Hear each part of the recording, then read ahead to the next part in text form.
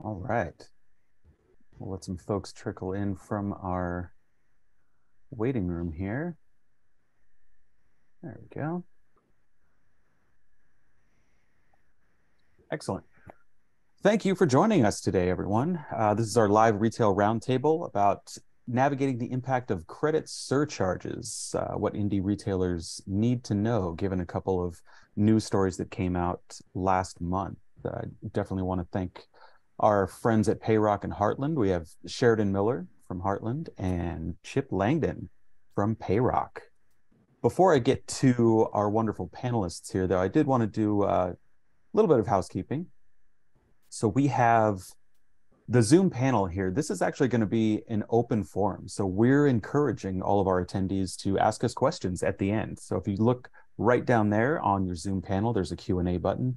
Please submit your questions there, and we'll more than happily address them in the question and answer session. One of the most popular questions that we usually get is, are we recording this? And we know some people do need to leave. Some people aren't able to attend the live sessions. So absolutely, yes, we are recording this, and all registrants will get a copy of this afterwards. So who is Management One? If you're not familiar with who we are, thank you for joining us. Our main purpose here really is to provide financial security for our people, our clients, and our retail experts. And we do that with a specific focus on merchandise intelligence and education, like these sessions here for independent retailers specifically. And we operate our business with a set of core values, including a generous heart, courage, curiosity, adaptability, commitment, and collaboration. And the collaboration point is really my favorite part of this. Management One has a vast network of partners that really deal in specializations that we don't in-house here. So we were very happy that Chip and Sheridan from Payrock and Heartland could help us out with this specific topic. And we're going to continue to reach out to our partners for any issues that we feel are important to independent retailers. So why is this session here important? One of the news stories that came out last month was Visa announcing they're dropping the surcharge cap from 4% down to 3%. And surcharging, for the retailers that aren't in the know, is just one of the ways retailers can mitigate those pesky credit card acceptance fees. Some people use min-max transaction amounts. Some people offer discounts if you only pay with cash. And there's also other convenience fees and service fees. But surcharging, the fact that Visa is dropping this one down to 3%, and that's just in the US. In Canada, it's down to 2.4%. And that doesn't always cover the cost to the retailer. So what we're going to discuss here today is how can retailers navigate this and what they need to know about potentially circumventing some of these charges. That same article that came out last month also referenced a survey from a company named TSG. They're a payment advisory firm out of Omaha.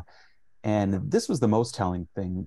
They found out of the small businesses that they surveyed, only 58% really had a clear understanding of what surcharging is. And the other 42 either lacked a full understanding or just didn't know what it was whatsoever. And the dangerous part there is the penalties, because the onus is really on the retailer, not the credit card companies, not the payment processors. It's the retailer. And if you're getting these surcharges, whether you know it or not, and you're not in full compliance, there are penalties. Visa, for this specific 3% drop, just said that they're going to implement a first-time violation fee of $1,000. Subsequent violations could be 25,000 or more. And that's really where I wanted to start picking the brain of our two panelists here, because that's the scariest part. 25,000 for a retailer, mom and pop shop out of Omaha, Nebraska, that could be devastating. And Sheridan, I'm actually going to kill my screen here, but Sheridan, you shared a story with me yesterday. It could be actually a lot worse. There we go. And Sheridan, just remind me again what the specifics, because it got pretty nasty for one of your clients. It did, yeah. So it was actually a client in Kansas. They were signed with an ISO, which is an independent sales organization. The ISO told them, "Don't worry, we're going to kill all of your processing fees. We're going to completely eliminate that, so you can sleep good at night knowing you're getting all of your money." What they declined to tell them was the regulations that involved in surcharge, such as due to the Durbin Amendment to the Dodd-Frank Act, you are not allowed to surcharge a debit card, whether it runs as credit, which is through a signature debit network. You are not allowed to add a surcharge to that.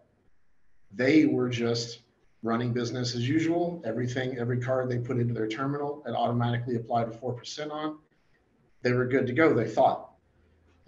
They were hit by a secret shopper, investigated by Visa. Turned out they were running a non-compliant surcharge program, and they were fined 63,000 and some change, I believe.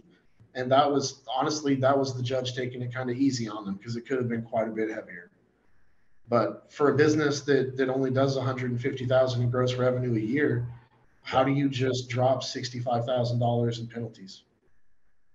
And that's interesting. You brought up the secret shopper because how do these credit card companies enforce this? And I think Chip, yesterday you said that they're increasing their secret shopper program threefold. Yes, Visa and Mastercard. Once they changed the rules, and I saw one of the questions that came in and I think it's probably good just to define it Yep. to kind of set the ground level. But what is surcharging? What exactly is it? What surcharging is the ability to pass on a fee to the consumer based on whether it's a credit card or a debit card. Before the change here lately, you could charge a consumer that walked in the door on a credit card only 4% of the total amount to use that card. It's illegal, like we said, based on the Durbin, to surcharge a debit card. So that's where the PCI regulated or PCI compliant surcharge processes are what you need to look at if you're looking at it. Like Sheridan said, there's independent sales organizations that will tell you they will take care of, all your fees. That's not true. As the merchant, you still are responsible for those fees. The ISO or the processor is not. But what those surcharging amounts do is help to offset those fees. So typically, how we look at it in our business is what is your annual percentage rate? So at the end of the day, how much are you paying to take a credit card or a debit card, plus all your fees, everything included? Typically, with that 4%, we were able to overcompensate on some of those fees so you could get a complete flat wash, meaning you would pay nothing. Typically, what happens if you are surcharging, and now that you can surcharge to 3%, there will be some fees that you will still be responsible for, depending on what type of card you're taking, whether it's a credit card or a debit card, and what that mix is. So just kind of baseline, that's what surcharging is, the ability to pass on a fee based on the type of card, not being able to pass on that fee to a debit card. And one of the things that I showed on the list on that slide, another one was cash discounting. So a lot of retailers say, all right, just go ahead and pay cash and we'll offer a different price. And they think that maybe they can skirt it that way. But even that has its own regulations and its own rules that retailers need to follow that vary by state. Correct. And in 2023, I don't know about you, I don't tend to carry a lot of cash around with me. Yeah, and you're seeing prior to COVID, out of the 3,000 new businesses that we set up new merchant accounts for each month. Prior to COVID, we saw about 500 of those 3,000 looking at some sort of surcharging program. During COVID and now after COVID, it's more than 70% of our business in those pricing models. So there is a a global trend in the sense it's just not United States that's doing this. Canada also does that, so North America. But being able to have a program that A, is compliant, but two, helps to offset those fees is becoming more and more appealing to more and more industries. And some of our retailers in the audience here, especially during COVID, probably saw a rise in other payment methods like Apple Pay, Venmo, a lot of these contactless payment offerings. And you guys mentioned yesterday to me, these are really just debit cards in disguise.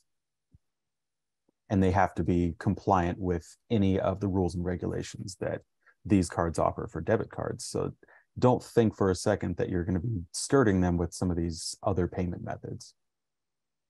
And also one thing, go ahead, Sharon. Yeah, I do that one a lot where clients will explain to them how this works and they go, oh, it's okay, we'll just run them as credit. Common misconception, one that unfortunately sometimes is pushed by people that don't really know, but running it as credit does not automatically make it a credit card. It's still a debit card. It's still regulated by Durbin. And Durbin, I was doing a little research before this, was one of the few times that retailers actually were able to get some successful lobbying to help navigate some of this. That's one of the biggest problems retailers have. They just can't seem to get a break on cutting some of these fees down, but at least that one did go through. Yeah, that is one of the small victories we've had. So if we can't reduce the fees and we can't avoid them, and I'll start with Sheridan, what are you advising your retail clients to do then to help mitigate some of these costs? Yeah, so as a business owner myself, my brother and I own a couple of restaurants in the DFW area. And with the clients that I work with, a lot of times I try to push kind of a mindset shift. We could certainly investigate a surcharge program, see if that's worth pursuing for you. It might be the right solution. It is for a lot of businesses, but not necessarily for everyone. One of the things that I've implemented is, let's try to think outside of the box. Could we do a small increase in our overall prices? 1% to 2% on my average ticket of $25. Not huge. We're talking 25 to 50 cents additional on there. Not going to lose business, not going to really lose clients over it. Honestly, probably won't even hear about it. But it will offset a large chunk of that. I'm bringing more revenue in. I like to focus on the two fundamental facts I've learned is nobody gets out of this alive, and that you got to spend a little to make a little. I like to focus on returns. So if we can figure out ways to increase our average transaction size, if I can increase the frequency of my customers' visits, or if I can increase more repeat business, then I'm bringing more net money in than what I'm paying out in fees. Fees is sort of really the cost of having access to more money. Like you said, you don't carry a lot of cash with you. I know I keep like an emergency 50 in my wallet if I run into a gas station that doesn't take cash and I need gas, or that doesn't take cards. But for the most part, if you're limiting yourself to the cash in their wallet, you won't see the large returns that you can when you have access to their full bank account or their full line of credit. The guy that walks in with an Amex just spends more than the guy that walks in with a 20. Yeah, and that's where we were talking about yesterday. The cash discounting is really not the correct mindset to really put yourself in. You're limiting business if you're only shifting towards one payment option. You are. And to put it simply, I mean, think about how many times at the office, we'll have 10, 15 people gather together for lunch. Oh, I want to go to this taco stand. Well, they only take cash. Okay, well, now that's off the table. Not, we'll run by an ATM, we'll go by the bank. People these days are looking for less hassle. Whatever is the simple, easiest, less hassle-free way, that's typically the route that we see them go. And also, to play devil's advocate a little bit, I think it's important to remember why your customers want to use those credit cards. It does give them access to more capital than they may have directly in their bank. It's faster, it's less hassle, it's secure. If you lose your wallet, you lose the cash that's in it, but you can have the money in your debit card or credit cards back that same day. And it builds credit. That's really kind of what this boils down to, brass tacks. credit affects every aspect of our adult lives. Your clients are going to want to build their credit. They're wanting to improve their situation while still getting the necessities or luxuries they're looking for. Absolutely. And Chip, how about at Payrock? Do you guys have specific messaging that you're giving your clients in response to this? Is this something that clients have told you is going to be impactful to their business, or is it really just more business as usual and they have to try to navigate around it? Well, I think for all of us, when you go into something and then it's changed, so going from the 4% to the 3%, that 1% change for our merchants that have been processing is significant, as we know, based on the volumes. So as we look at it from an acquirer and processor standpoint, and like Sheridan said, it really comes down to choice. And what you should be looking for is a choice, whether it's from your standard interchange plus pricing, or if it is from something like a surcharge program. One of the questions that I saw that came up that I thought was important is, if I am looking for a new merchant provider, what questions should I ask to make sure that something like what Sheridan was saying doesn't happen to my business and I'm fined $63,000? And that's probably one of the smartest questions I've heard. What you want to make sure is that whoever you're going with is PCI compliance in their surcharging program. And they're going to ask you to do a couple things, like put up signage that you have to display that you are charging credit cards and what those are. That has to be written. That has to be in sight of where you are taking payment. So little things, even though they don't sound big, when a secret shopper comes in and they don't see that, that keys them off right there that, hey, listen, they're not running a compliant program. Just simple signage that you should get. So make sure the program that you're working with through whatever provider is compliance. And also always make sure that you are doing your PCI compliance, because that alleviates a lot of extra costs that your business doesn't need. And typically the processor that you're working with should be able to walk your hand and help you through that, so you don't incur it, even though you do, as the merchant, have to take those steps. So it's not just best practices. This is something that is mandatory. Absolutely. And does that also include listing it on the receipt as well? It does. So for a lot of programs right now, it's just within card present transactions. The technology is being built, and that technology is called bin blocking. And what that does is, when you insert or slide a card, those first 6 digits of that card is what identifies it either as a credit card or as a debit card. What that technology allows is for only credit cards to be charged. So someone walks in and says, hey, listen, it's a credit card and it's a debit card, and you run it, you're not at fault, because the technology is there to make sure that the wrong cards aren't being charged. So the technology that they're working with within whoever you're turning to also has to be talked about, make sure that it's compliant. And we're not talking just about brick and mortar here as well. This is websites, this is apps, this is pretty much anywhere a transaction takes place. Yes. Just for those folks, I want to make sure they don't think they can get around it on the website. In fact, I remember a previous job I was at, PCI compliance is no joke on a website. That is, you have to jump through a fair amount of hoops to get your website PCI compliant. So I would absolutely encourage anyone in the audience here to just double check with your provider, is my website PCI compliant? Because the fines, as Sheridan stated before, those fines can escalate pretty quickly, even if it's just a website only business. And one of the things, Nico, that I hear when we're talking about this in a group, and is, what will my consumers think? Will they go somewhere else? Will I offend them? From everything that we've looked at from the last couple of years, that this has really begun to really grab traction. The consumer is very rarely put off. they understand that if they are using an American Express card, that 2% or those points, they have a cost to them.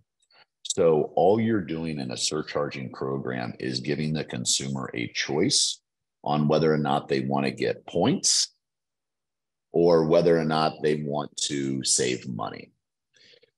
And what the retailer does with the surcharging program is gives them those options. What you will find is 90% of people that walk into a place of business to make purchases have already decided if they're going to pay with a credit card or a debit card based on their financials. Those that are used to paying 22 to 27% interest on credit cards do not care about 3%. They want the item. Those that have the money and just want the points are not put off by putting it on their debit card. They're there, they have the money. All they're doing is making a transfer. So more than anything, it's an education and it's a conversation with your merchants, to let them know why you're doing it, but to know that they have a choice. And if they want those points, you as the merchant just can no longer afford to pay for them. It's like the 2 and 3% cash back cards. Where do they think the cash is coming from? So either A, you have to increase your prices, or B, you have to give consumers the choice, which in return, it doesn't nullify your fees. At that point, it actually becomes you've trained all your consumers to actually use their debit cards instead of their credit cards. So you always still have that Durbin charge on top of it. So I never like to think or tell merchants that, hey, listen, this is going to wipe out all your fees, because it doesn't. All it does is it reduces them. And Sheridan, you mentioned there's kind of a wrinkle in there with gift cards as well. Can you elaborate on that a little bit as well? Retailers that might think they can skirt the issue offering gift cards and how those play into it. So gift cards aren't actually a branded card. They don't get surcharged. I mean, Heartland does provide gift cards to quite a few of our clients. But I've incentivized a lot of clients to use gift cards as an incentive rather than doing a cash discount. You know, we'll give you X% off of a gift card, or you earn X number of points on a loyalty program if you can use a debit card. And like Chip said, it really is a great option to give them the choice, because that is the worst reaction I've pretty much run into was, oh, you charge 3% on credit cards. Well, and immediately it turns into a conversation. Tell me why. Well, because your rewards, your points, your miles, whatever, those come out of my pocket. But you can still use a debit card. Oh, okay. And then that's really about as extensive as that typically gets. But gift cards for your business are a great way to go about avoiding those credit card fees. There's small transactional fees associated with your processor, but there is no card brand slapping an interchange rate on those. Prepaid is a little different, but still much, much better than taking a platinum tier Amex card. And we also talked about just some of the basic fundamentals of retailing and marketing, establishing that customer loyalty. As Chip was saying, if they really have bought into the store and the brand and the item that they came in for, the small percentages really aren't going to matter much. And increasing your average ticket price, upselling items, all of those things can really help lower that initial cost to the retailer. Absolutely. I think the upsell and increasing your average ticket price is one of the simplest ways for you to engage with your customers. Have an engagement platform like we discussed yesterday. Send them texts, send them emails, have an engagement platform that reaches out, let them know, hey, we're thinking about you. We want you to come back into our business. We appreciate your patronage. Send them the text on their birthday, you give them 10, 15% off codes, but increasing the frequency in which they come in and increasing the volume that they spend in your store. Now, again, we're in a conversation of looking at our returns rather than looking at what we spend. Any kind of marketing platform is going to carry a cost with it. But if you double the frequency of the returning customers, and if you're able to increase 10 or 15 on their average ticket, we're doing significantly better this year. Now we're looking at 20, 30% growth increases instead of 4% effective rates. Yep. And I think one of the biggest takeaways from this session here is just that folks know the responsibility in maintaining this compliance is 100% on the retailer, and you need to have a frank conversation with your payment processor just to make sure that you're absolutely running a PCI compliant program. And I did want to touch base on, so I know it's been brought up a couple of times where I hear the word convenience fee. Yep. Oh, we don't do a surcharge, but we do apply a convenience fee. So that's also kind of a sticky area. A convenience fee is defined by the card brands as a fee passed to customers for the convenience of paying outside of your normal channel. So if you're a completely online card not present business, that is your normal channel. You cannot apply a convenience fee to that. That will now be recognized as a surcharge. A convenience fee is not a punitive measure to, oh, you're using a card. It's normally I take payments over the phone or face to face. If you want to do it online, I can add a flat amount, $2.75, whatever the dollar amount is, but it can't be a percentage of the total either. Interesting. And that's typically, you're going to see that more brick and mortar then. Typically, yeah. A lot of times I explain it as your rent payment, mortgage, whatever. You're more than welcome to walk into the bank and hand them the cash on the spot, but you can pay online for an additional $5. Gotcha. And we also mentioned in that list up there service fees, but that was really more of a education government based. Yeah, that's limited to certain MCC codes, certain merchant categories. Yep. All of these things used the wrong way are recognized as a surcharge and will be punished. Well, let me look at a couple of questions here that I see we have in front of us. I'll start with Mark Dankler from NSRA. Good to see you, Mark. Mark is asking, so you said, while you said 70% use the surcharge, what is the retail percentage as we can't increase the product price? Let me go ahead and, Mark, if you're okay with it, since we have a small enough crowd, I'm going to go ahead and hot your mic here, just so you can elaborate on the question. Can you hear me? I hear you. Okay. Yeah, Sheridan talked, okay, he has a restaurant, he can add $1 to the price or 25. I'm selling a shoe for 150. I can't sell it for 151. I can't increase. We have a suggested retail price. We have a MAP price, Amazon selling it for this price or whoever. I can't my feeling is until Walmart and Amazon start doing it, I can't do that myself. So I was curious, because Chip had said 70% of their clients now that they add on, they pass it back. But I think that's more in the restaurant line. That's what I was wanting to know, how much the retail shops are doing that. You're muted, Chip. Chip, you're on mute. Yeah, sorry about that, Mark. But yeah, great question. So across the board, if we look at all the industries we work in, and we work in from retail to service to government, 70% of those new businesses are coming in are looking at some sort of surcharging. It might not be for all their business. It could be for their takeout if it's a restaurant. It could be for delivery if they're doing some sort of servicing or delivery of products. And I understand where you're coming from. You're selling a MAP price that has suggested retail, and you're competing against everyone. So, if you increase your price, you're priced out, and so you can't do it that way. That's really honestly where a surcharging piece would come into play, because again, you are giving your consumer, they're going to pay you. It's whether they're going to pay you and you pay 1%, or they're going to pay you and you're going to pay 3 to 3.5%. At that time, most people are not getting in their car to drive down the street to go price shop you for a couple bucks. What they will do is they will either A, hand you their credit card and say that's fine, or B, they'll hand you your debit card. But you typically do not lose a consumer at the cash register at the time of transaction. It's very, very rare. You might, out of 100 people, you might lose one. And to be honest with you, with the savings that you make up for losing that one, you'll offset it and be more profitable with the reduction of fees.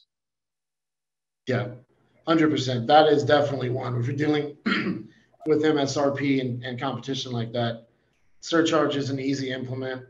And that's really a case, I think, where you would train your clientele sort of through habit to use their debit card. And a customer engagement platform, honestly, if I go shop somewhere and I know that they charge a 3% surcharge, which I do multiple products, doesn't bother me, and they still stay in touch with me, then I feel like I have that relationship with the business. So I'm not off put by their 3% surcharge at all. So that's a good segue to our last question here from Christy. If you aren't restricted by MSRP and MAP pricing and all of that stuff, and you're just willing to absorb the cost by raising prices, do you need to be concerned with PCI compliance? Is it something that you don't even have to worry about? I would encourage every merchant to remain PCI compliant. It's a CYA measure, keeps your business covered. It lets the card brands know that everything that you're doing is within their regulations. And it gives you the peace of mind knowing that your transactions are safe, your equipment is safe, you're doing everything in the correct, most secure fashion. Yeah. If you are taking credit cards in any such way, you need to be PCI compliant. Always be covered. Yes. Well, that was our final question. Gentlemen, I definitely appreciate you taking the time to cover some of these topics with us. And for the folks on the audience, we're going to send the recording out with Chip's email address and with Sheridan's email address. If there are any questions, oh, we got one final one coming in here. I'll let John throw this one in before we go. He's saying, Sheridan, when I'm in a restaurant and I get my bill at the end of a meal, sometimes I see where it's stated that the restaurant added 8% for a surcharge for additional benefits and wages. 8%, is that common? That is not within compliance. That is certainly something that somebody needs to have a conversation with that merchant, let them know that what they're doing could incur them some heavy penalties.